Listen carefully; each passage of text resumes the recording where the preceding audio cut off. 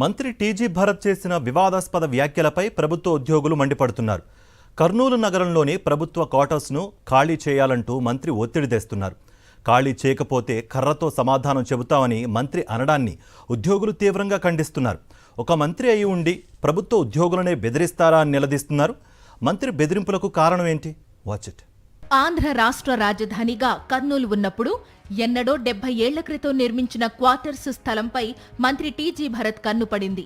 ఎలాగైనా సరే దశాబ్దాలుగా క్వార్టర్స్లో నివసించే చిన్న స్థాయి ప్రభుత్వ ఉద్యోగుల కుటుంబాలను వాటి నుంచి ఖాళీ చేయించాలని కంకణం కట్టుకున్నారు మంత్రి భరత్. ఆనాడు నిర్మించిన 953 క్వార్టర్లలో చాలా వరకు శిథిలమయ్యాయి. మరికొన్ని క్వార్టర్లను ఉద్యోగులు తమ సొంత ఇళ్ల మాదిరిగా అద్దెకి ఇచ్చుకుంటున్నారనే ఆరోపణలు కూడా ఉన్నాయి. అలా కాకుండా నిజాయితీగా ప్రభుత్వ ఉద్యోగులుగా పనిచేస్తూ క్వార్టర్స్లో నివసించేవారు మంత్రి వ్యాఖ్యలతో ఆందోళన చెందుతున్నారు. క్వార్టర్లను ఖాళీ చేయకపోతే పెద్ద కర్ర తీసుకోవలసి ఉంటుందని కొద్ది రోజుల క్రితం మంత్రి భరత్ వార్నింగ్ ఇచ్చారు. ప్రతిపక్షాల దగ్గరకు వెళితే చేతులు కాలడం తప్ప ఏమీ జరగదని కూడా మంత్రి హెచ్చరించారు. ఇక్కడ ప్రభుత్వం మంచి ప్రభుత్వం, అది తెలుసుకోండి. నేను ఆ A camp, B camp, C camp వాళ్ళకి నేను మరీ చెప్తున్నా, మీకు ఈ సమస్య ఏమన్నా ఉందా అంటే కూర్చొని మాట్లాడండి. ఇట్లాంటి పెద్ద ఇష్యూనే ఇక్కడ ఇట్లాంటిదే మేము సార్ట్అవుట్ చేయగలిగినాం. సో అది మీరు అడిగేది ఏమన్నా ఉంటే మాట్లాడుకొని సార్ట్అవుట్ చేయగలుగుతాం.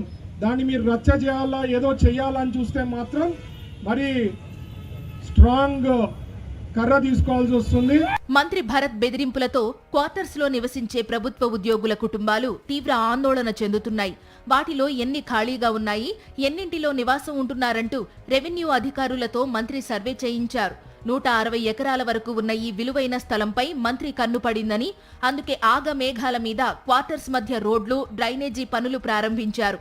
ఈ స్థలంలో టీడీపీ ఆఫీస్ ఏర్పాటు చేసి లీజ్ పేరిట కమర్షియల్ కాంప్లెక్స్ కూడా ఏర్పాటు చేసుకోవాలని భరత్ ఆలోచన చేస్తున్నట్లు కర్నూలు నగరంలో చర్చ జరుగుతోంది. ఇంకోవైపు 16 ఎకరాల్లో స్టేడియం కూడా ఏర్పాటు చేయడానికి కూటమి నేతలు సిద్ధమవుతున్నట్లు వార్తలు వినిపిస్తున్నాయి. ఈ క్వార్టర్స్ చుట్టుపక్కల ప్రభుత్వ పాఠశాలలు, కాలేజీలు ఉండడంతో విద్యా సంస్థలకు వెళ్లడానికి విద్యార్థులకు సులువుగా ఉంది. చాలా మంది నిరుపేదలు కూడా క్వార్టర్స్ లో తలదాచుకుంటున్నారు. ఉన్న ఫలంగా విద్యుత్, నీరు కట్ చేయడంతో దోమలు, విషపురుగులతో భయాందోళనలకు గురవుతున్నారు. ఓట్ల కోసం తమ వద్దకు వచ్చిన మంత్రి భరత్ ఇప్పుడు ఇలా బెదిరించడం కరెక్ట్ కాదని వారు స్పష్టం చేస్తున్నారు. ఇక్కడ మేము ఎంప్లాయీస్ మై ఉండి మీకు ఓటు వేసింది ఇట్లా తన్నించుకోవడానికా, లాఠీతో తన్నించుకోవడానికా? కాదు కదా.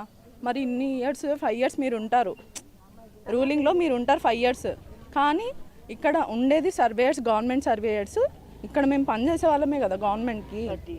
30 years పైన సర్వే మామూలుగా చేసేవాళ్ళు ఇక్కడ ఉండే వాళ్ళే ఉంటారు. కానీ మీరు 5 yearsలో ఇట్లా తన్నిస్తాము, ఇట్లా మీరు ఖాళీ చేయాలి, కరెంట్ కట్ చేపిస్తాము, వాటర్ కట్ చేపిస్తాము, ఇట్లా అనడం తప్పు కదండి. ఇప్పుడు ఇంత రాను మేము మాట్లాడినందువల్లనే కదా సార్కి అలా కోపం వచ్చి ఇది ఇట్లా కర్రలతో కొడతాం అది ఇది మాట్లాడారు. అది కాకుండా మళ్ళీ ఇప్పుడు కరెంట్ తీసేస్తాము, పవర్ తీసేస్తాము, వాటర్ సప్లై కట్ చేస్తాము అంటే ఏంటి సార్? ఎక్కడ వెనకాల ఏం జరుగుతుంది అనేది మీరు ఒకసారి పరిష్కరించండి. ఆ వెనకాల ఏదో ఒకటి జరిగితేనే కదా సార్ వీళ్ళు రైజ్ చేస్తున్నారు ఈ వర్డ్స్ అన్ని. అంటే ఇప్పుడు మేము ఎస్వి మోహన్ రెడ్డి దగ్గరికి వెళ్ళినందుకే మీరు ఇంత రాను చర్చ చేసి వెనకాల భయపడే కదండి మీరు ఇంత ముందుకు వచ్చి ఇంత కట్టెలతో కొడతామనే విధంగా మాట్లాడుతున్నారు. బాడిగలు అడ్వాన్స్లు ఎక్కువైపోయినాయి. ఎక్కడికి వెళ్ళాలి, సారే మార్గం చూపించాలని మేము కోరుతున్నాం. నీళ్ళు రావడం లేదు, కరెంట్ కూడా కట్ చేస్తున్నారు. సారే ఏదో కూర్చొని మాట్లాడుకోమని చెప్పినారు, అలాట్మెంట్ ఇచ్చినారు. హైకోర్టు బెంచ్ పేరుతో రాష్ట్ర మంత్రి టీజీ భరత్ తమను ఉన్నపళంగా ఖాళీ చేయాలని బెదిరిస్తున్నారని ప్రభుత్వ ఉద్యోగుల కుటుంబ సభ్యులు ఆందోళన వ్యక్తం చేస్తున్నారు. విద్యా సంవత్సరం పూర్తయ్యే వరకు అవకాశం ఇవ్వమన్నా ఇవ్వడం లేదని మండిపడుతున్నారు. తాము ఇక్కడ ఉండడానికి మాత్రమే అనుమతి ఇవ్వడంతో బాగు చేయించుకుని ఉంటున్నామని ఇప్పుడు ఖాళీ చేయమంటే ఎలా అని ప్రశ్నిస్తున్నారు.